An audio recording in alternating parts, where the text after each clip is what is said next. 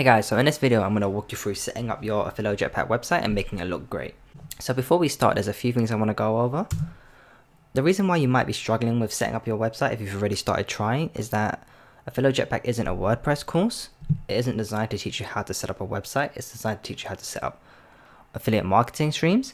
So there isn't really any like sections or videos where they go through how to set up your website, how to set up blog posts or pages, or fix your navigation links or stuff like that. So that's why you have to use your initiative to figure things out. You might have to Google things, look on YouTube, and just try to find how to fix certain things yourself. It's kind of why I'm making this video, to help you set up your site without running into too many problems.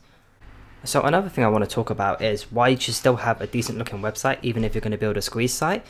I know you're thinking even if you have a squeeze site, you're going to have like a squeeze page and that's going to be your priority focus. But you want to have a good looking website just in case anyone who visits your squeeze page goes to look at your website. If you have a horrible looking website, they might think you're not trustworthy, or you don't have any authority, or just have a bad feeling about signing up for your free ebook or whatever it is you're offering. So even if you're going down a squeeze site route, you should still have a pretty good looking website. I'm going to show you what to do with your site if you aren't going down the SEO route. So if you're doing a squeeze site and you're going to have a squeeze page, I know you're not going to have a lot of content, you might not even have any, but I'll show you what you can do to your website so it still looks great and it still portrays authority so people will trust you. The final thing I want to talk about before we start is you should always be thinking, how important is this and how much does it affect my website success? Could you be doing something or focusing on something more important instead?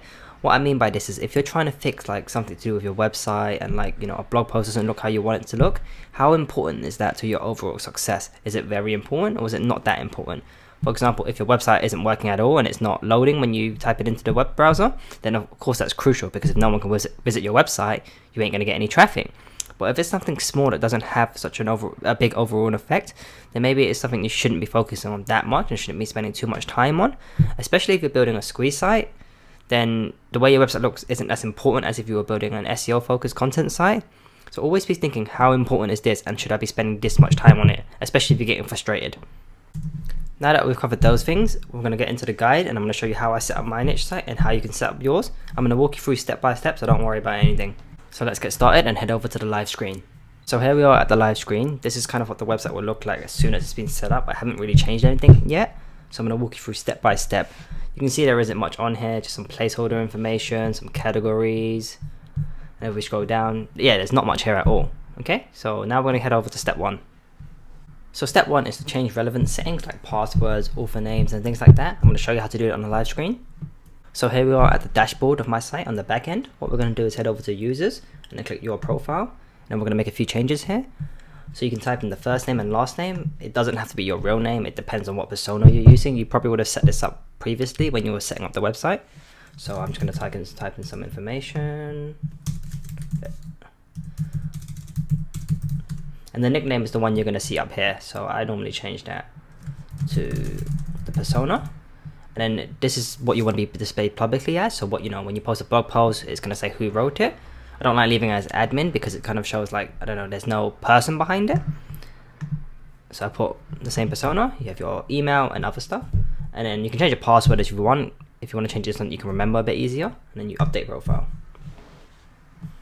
So step two is to delete all the unnecessary things like blog posts, pages, and categories that have been placed on the website automatically. So back at the dashboard, I'm going to head into the post section. And then I'm going to click on all of these and then hit move to trash. We're going to delete all of these because we want to create them ourselves. And then we're also going to do the same thing for categories. I want to make my own categories. Delete and then apply that. And then lastly, we're going to do it with pages. Now with pages, you want to be a bit careful because a lot of the squeeze site and important stuff is here. You might want to keep most of these actually, because you have your about us page, the contact us, the free book, free report download, here's your free ebook, my book. You probably want to keep all of those as well. I'll delete the front page because I don't want that, and the rest I'll probably just keep. So we head up here and we move to trash. And then when we go back to the site, most of the information should be gone. There we go, so we have a clean site, there's no categories, there's nothing on the home page anymore because we got rid of that page, and there's no post pending or anything like that. Okay, so now we're going to move on to step three. So the step three is to customize the site identity and the static front page. So back at the dashboard, we head over to appearance and then customize. And here it lets us change a few things. First thing we're going to change is our site identity, the title of our site. I'm just going to change it to my website. And then the tagline can be whatever you want it to be. I'm just going to make this up for now.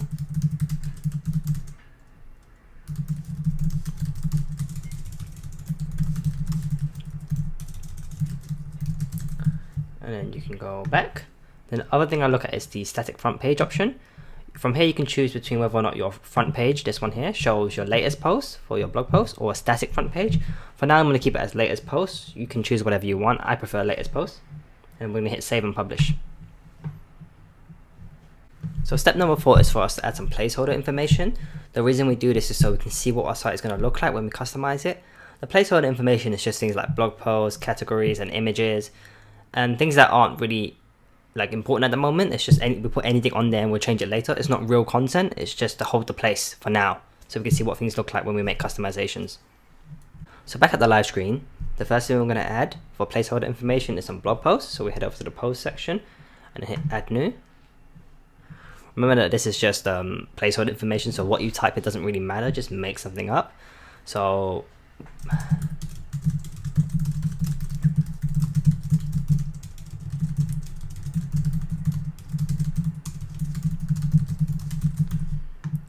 that's just a random blog post title I made up.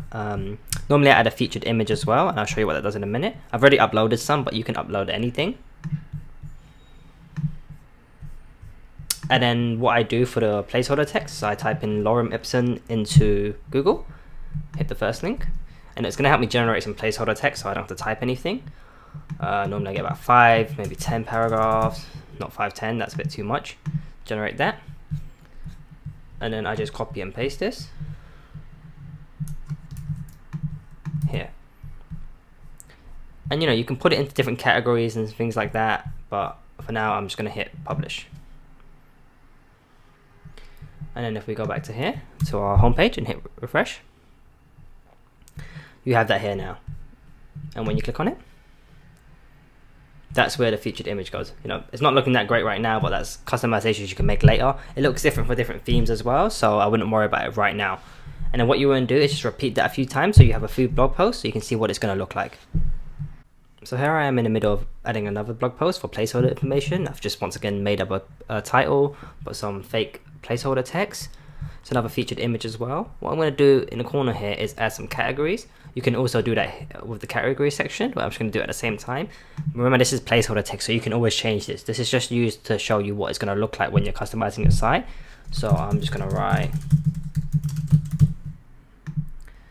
as a category, and you can make up a few different ones, but I'm going to leave that for now. And then for this particular blog post, I'm going to put it into this category, and then I'm just going to hit publish. And then back on the home page, I'm going to refresh, and you can see that's been added as well, that blog post I just made. And also in the category section, there's a category here, so you can add a few more, and just maybe 5 or 6, and then you can see what it's going to look like on your home page when you have a lot of different blog posts. Have some different categories as well. So I've gone ahead and added a couple of blog posts and some new categories. Once again, don't worry about any of the categories or what you're actually putting here. We haven't done any keyword research yet, so we don't actually know what we're going to be writing about. This is just placeholder text so we can see what it's going to look like. As you can see now, the website's looking a little bit better, but we need to move on to the next step to make it look even better. So there's actually some more placeholder text we need to add. We need to add some feature forms into our content and some pages. I'm going to show you how to do that on the live screen. So back on the live screen, we're going to head over to the pages section and start adding some placeholder text. I'm only just going to add it to the About Us page. It's already been done. And I'm going to hit update. And then we're going to head over to all pages again. You don't have to make any changes to the Contact Us page at the moment. We'll do that a bit later on. There's some information here already, as you can see. For now, that's all we're going to change for the pages. When we get up to the part where we're doing the menu, we'll add in new pages depending on what we want up here. The next thing we're going to do is add some feature forms to our blog posts. The way we do that is we go to Affilo theme, and then we go to squeeze and sign up forms. So there's 3 different types of forms you can have. You can have a sidebar form, which we're going to put here later on. You can have the feature form, which shows up on the blog post when you put it there. And then you have your squeeze page, which is most likely for just squeeze sites. So what we're going to do is we're going to take this shortcode here and copy it because we want it for the feature forms. We're going to go into our post that we should have made previously. You don't have to do it for all of them, but I'd recommend doing it for a few just so you can have a look at what it's going to be like. And then I like to click text and go down to the bottom, and then I just post that in, update that, and we do view post. And then you have a feature form here where someone can sign up for your ebook after typing in their name and email. This is mainly for SEO and content sites. I also wanted to mention that you can customize your feature forms, sidebars, or squeeze pages. So because we're using feature forms at the moment, if we go into here, when it eventually loads, it'll give me some options that I can customize. So you get layout options, layout variations, and you can also change the information you have. So for example, currently you have this one. You can change it to different ones depending on what you want it to look like. So I've gone ahead and made some of my customizations to my feature form. I just changed the layout option. I changed some of the text as well and the width because it wasn't fitting quite well. And I've added it to all my blog posts currently. As you can see, it's changed to a different one. You can customize this how you want. It's up to you.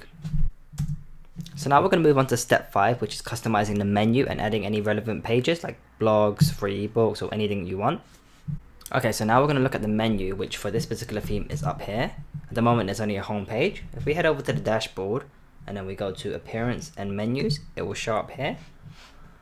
And then this is where you can kind of add different things to your menu. I'll leave the menu name as main menu.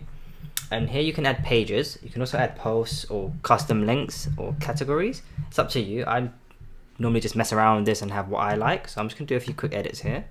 I'm going to add my most popular articles, which is a category that I've set up already. I'm going to see what pages I can add. I'll add a contact us and an about us page. And let's see if there's anything else. So let's save that for now and see what happens. And we'll refresh the page. And you can see it's coming up here. You can also change the order of what's on here by just moving them around. For example, I might want the about us up here and then the contact us at the bottom, and then save that again. And then refresh that.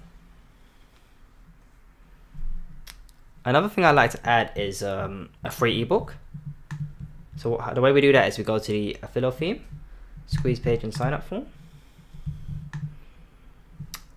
And we need, here we go, this link here. I'm going to copy that. I'm going to head back to the menu. We're going to put it as a custom link. And we're going to call it a free ebook. And then add that to menu. Put that above the contact us. Save menu. Refresh the page again. And it'll be here. So we click on that. It'll take us to our squeeze page. Even if we're building a content site, it's quite good to have, because if someone lands on your articles and they see that, they'll be quite likely to click on it because it's a free book. Another thing I really like to add is a blog page. Even though I'm showing my latest blog post here, a lot of the time it's limited. Sometimes I only have 5 posts showing or 6 posts because I don't want to make the page too long so people are just scrolling up and down. And it's different with different themes and how it works. So what I do is head over to the menu section, and actually we need to create a blog page. So the way we do that is we go to pages and all pages.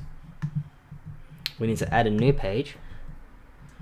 You can just call it blog or the blog, whatever you want. You can leave that blank, and what you need to do is for the template over here, you want it to display posts, and then you can publish that. And if we go back to the menus, and you need to refresh it, and you can see the blog here. I'll add that to the menu as well, and I'll put that just before the contact us. I want the contact us at the end. I think that's normally how it is. And I'll save the menu. And if we go back to the web page and wait for it to load, we have the blog here as well. And there you go, it's showing my latest blog post. Doesn't look that great at the moment, but we'll make changes to it later. So the final thing I want to show you is nesting menu items. And what I mean by that is, we add some categories onto our menu. We're going to leave most popular articles because we already have that on there. Add to menu. These are all categories that go in our block, so we can actually put them here on the right a little bit, just like that. So it's not directly underneath, it's a bit to the right, so it's indented. I call that nesting. I'm sure it has a proper name. And if we save menu, what that does is we refresh the page, and if we go to the blog, it's underneath like a drop down menu now. So that can be quite useful if, you know, the topics are similar. You can have about us and about me, about the, you know, the website, about the team, or whatever you want, and it keeps the menu a bit shorter. So that's pretty much the menu sorted. You can add any relevant pages or whatever you feel like should be on your menu. So we can move on to step 6 now, which is customizing the widgets by adding some necessary stuff. So we can have a small about me section, a popular post, the ebook sign up form. I'll show you this all on a live screen. So one of the things you want to do if you're building a content site is add the free ebook onto your website. So on your widget side, so it'll be around here. The way we do that is if we go to the dashboard and then we go to Affilo theme, squeeze and sign up forms, we need to get the shortcode. So we want the one that's for the sidebar form. So we're going to copy this. And then if we go into appearance and then widgets, and if you take the text option here, bring it all the way up here onto your primary sidebar, you can type in whatever you want here, like a free ebook. If you paste the thing we just copied and save it, and then refresh the page, that'll add your free ebook here. You can customize it the same way as you do the other ones by going to the squeeze and sign up form, going into it and making the necessary changes you want. So as you can see, I've gone ahead and made a few changes to my sidebar form. I've customized it how I like it. You can do it however you want. It's up to you. What we're going to do next is add a little about me section just underneath the free ebook. I'm going to go back to widgets. We are going to close this and we're going to grab another text field and find our way to the top. And we're going to put it underneath the free ebook. So here. And we're going to call it about me. I've already pre-written this so I don't waste your time. And then I'm going to save that. And then refresh the page.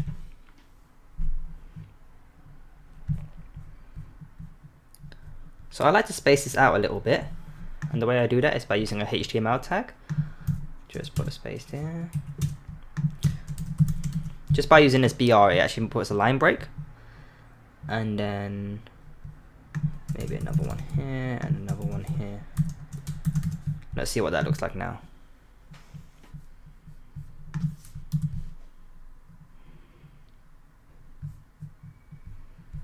So I'm going to add it a bit more. There we go.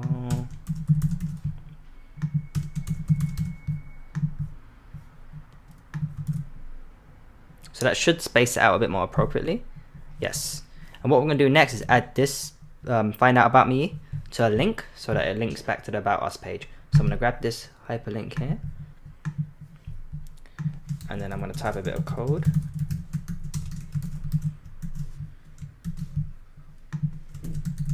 So you don't actually have to know what this little part here does, just copy it if you want to add a link.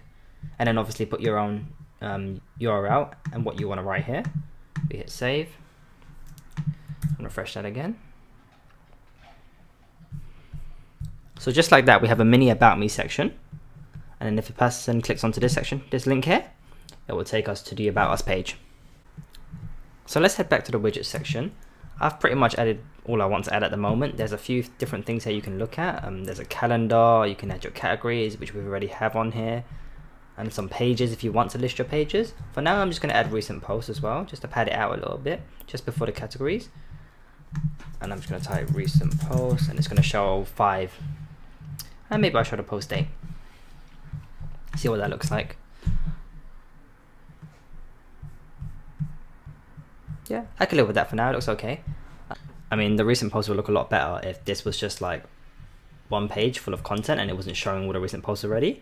So if you had that kind of website where your homepage was like an article, then having recent posts there would obviously look a lot better.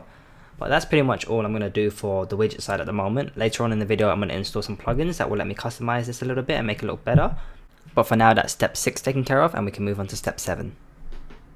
So step 7 is actually choosing your theme. The reason we waited so long to choose a theme is because we wanted to get some placeholder information on the website first. So when we do choose our themes and look between the different ones, we can see what it's going to look like. So I'm going to head over to the live screen and start choosing some themes. So back on the live screen, we're going to head back to the dashboard and then go to appearance and themes. There's quite a lot of themes to choose from, so I normally just pick through a few of them and see what I actually like. I don't do the live previews because they don't look very well. So I always activate them and see what they look like. So I'm just going to activate this one for now. And I'm going to head back here and refresh the page just to get an idea of what it's going to look like. And then I'll see what the theme kind of looks like here, and if I like it or if I want to use a different theme. I kind of actually like this one.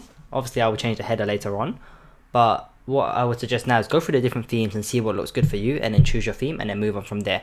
I'm not going to show you my process of choosing because it's just going to waste your time. So I'm going to leave it at that, and I'll come back when I've chosen a theme. Okay, so I've gone ahead and chosen a theme, as you can see here. Went through quite a lot of different ones, and I might end up changing it again, but for now I'll just stick with this. You might notice some things change when you change the themes, like for some reason they've gotten rid of my widgets automatically. You don't need to worry about this too much because you can easily add them back on. So just to add back the widgets, we'll go back to the dashboard and then go to widgets again. And I can see at the bottom here on my inactive widgets that I just need to drag the ones I want back up and see if this works. Pop that there. I can't actually remember what I had. About me. And let's see, I think I had recent posts as well.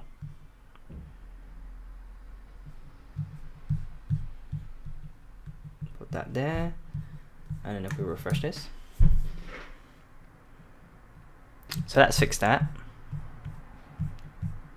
Sometimes when you choose different themes, it affects certain things. Like for that, it affected my widget. Sometimes it's your posts that change. They have different effects. So don't worry if things are out of hand. You'll find a way to fix them.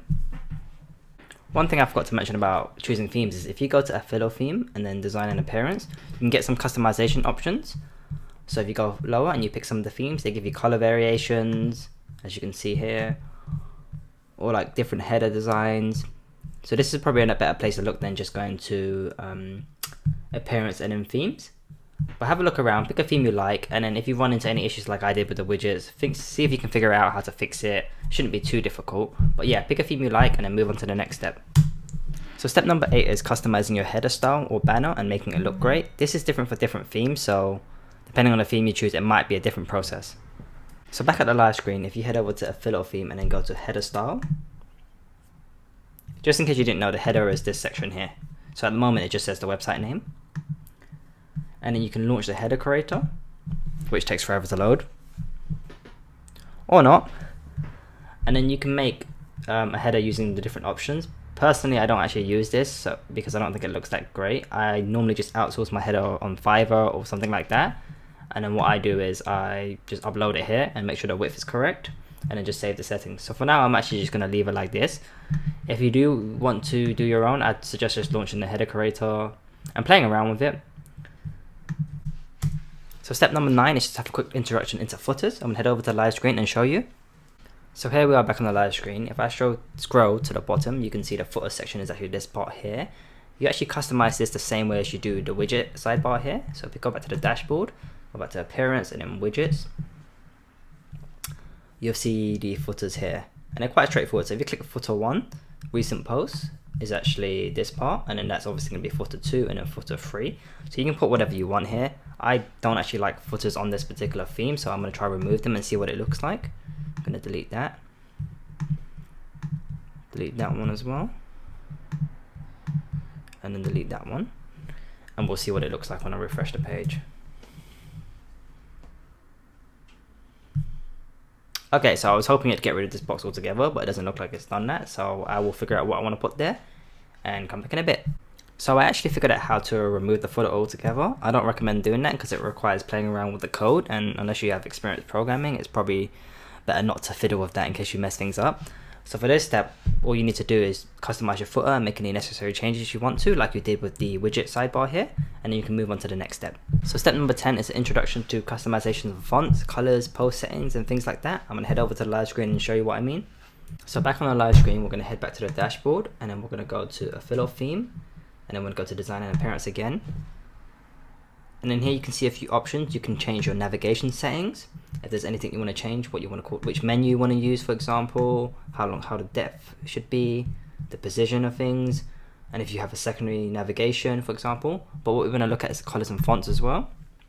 So this is a section where you can make changes to things like your link colors. So for example, these are links. You can change what color they are. You can make them underlined if you want by changing the options. You can change your header fonts and your content font. So if your page and post content, if the font isn't big enough, 13 pixels at the moment, if you want this to be bigger, you can change it here. So here are a few different settings you can look into changing.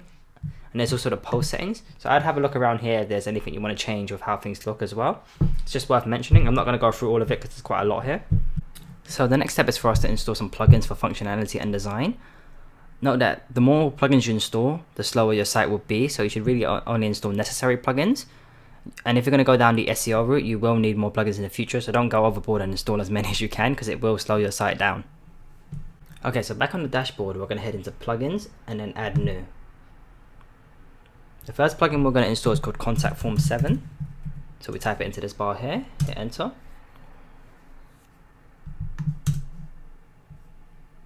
And then we're going to install now. And I'll show you what this form does if you don't know. I'm going to activate the plugin. And then this is our list of plugins. We're going to find Contact Form 7 and hit settings. We're just going to grab this shortcode here. You can go inside and make changes to this contact form, but we'll do that later if you want. And then we head over to our pages. So this is a contact form. We're going to put it in our Contact Us page. And we might just put it here for now and see what it looks like. And we'll hit update. And then we're going to go to Contact Us. And that little plugin is just giving us this contact form here. So if anyone wants to contact you or send you an email or ask you a question, they can do that here. And back into the plugin itself, contact forms. Like I said earlier, you can make changes. You can just walk around this and figure out what you want to do. You can change the mail to where it sends to, etc. Have a look at it and you can change it as you like. So another plugin we're going to install is called WP.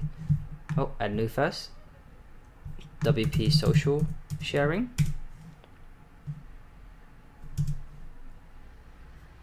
It's just this one here. We're going to install that.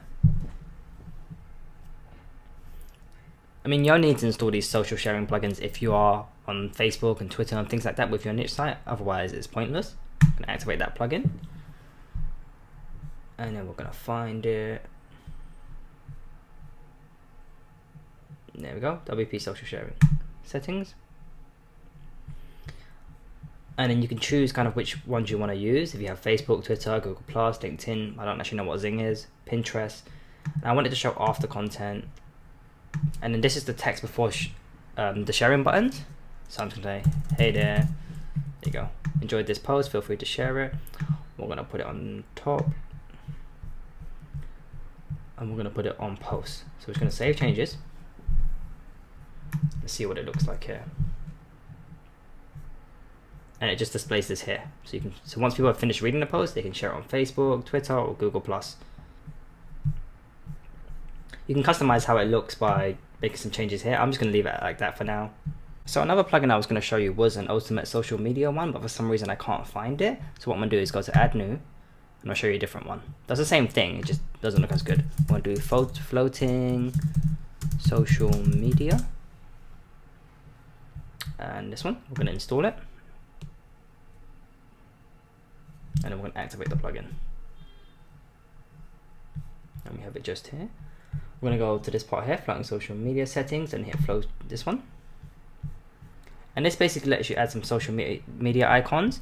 This is a free plugin. There's a paid option if you want additional features, but you don't really need it.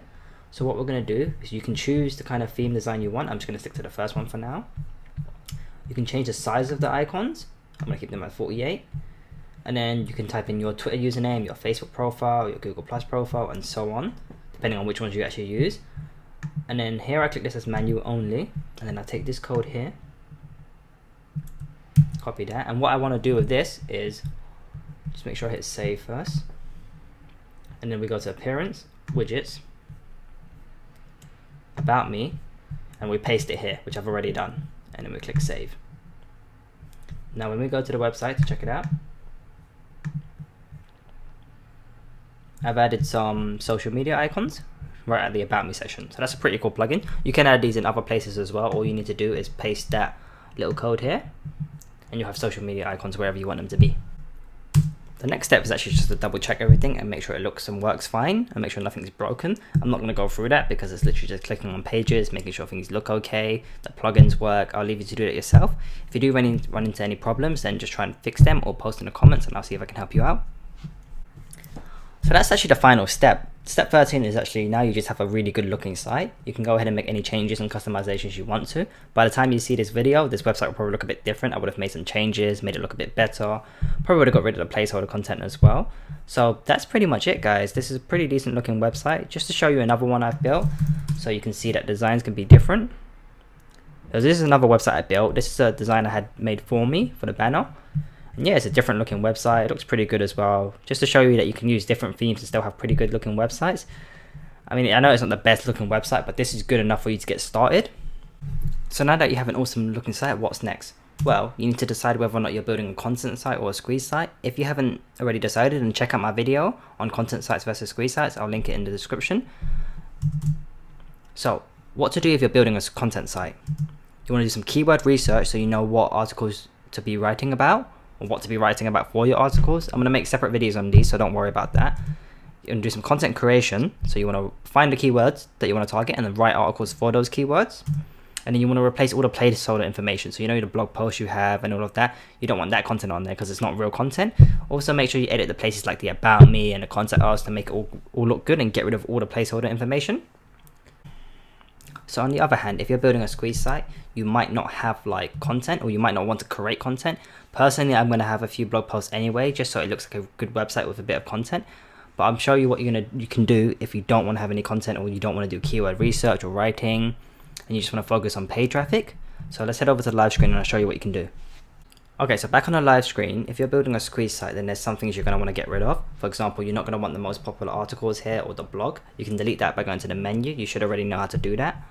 And then just look at your website and see the things that probably don't relate to squeeze sites, like recent posts. Well, if you're not going to have any content, you won't have any recent posts. So go ahead and delete all of that.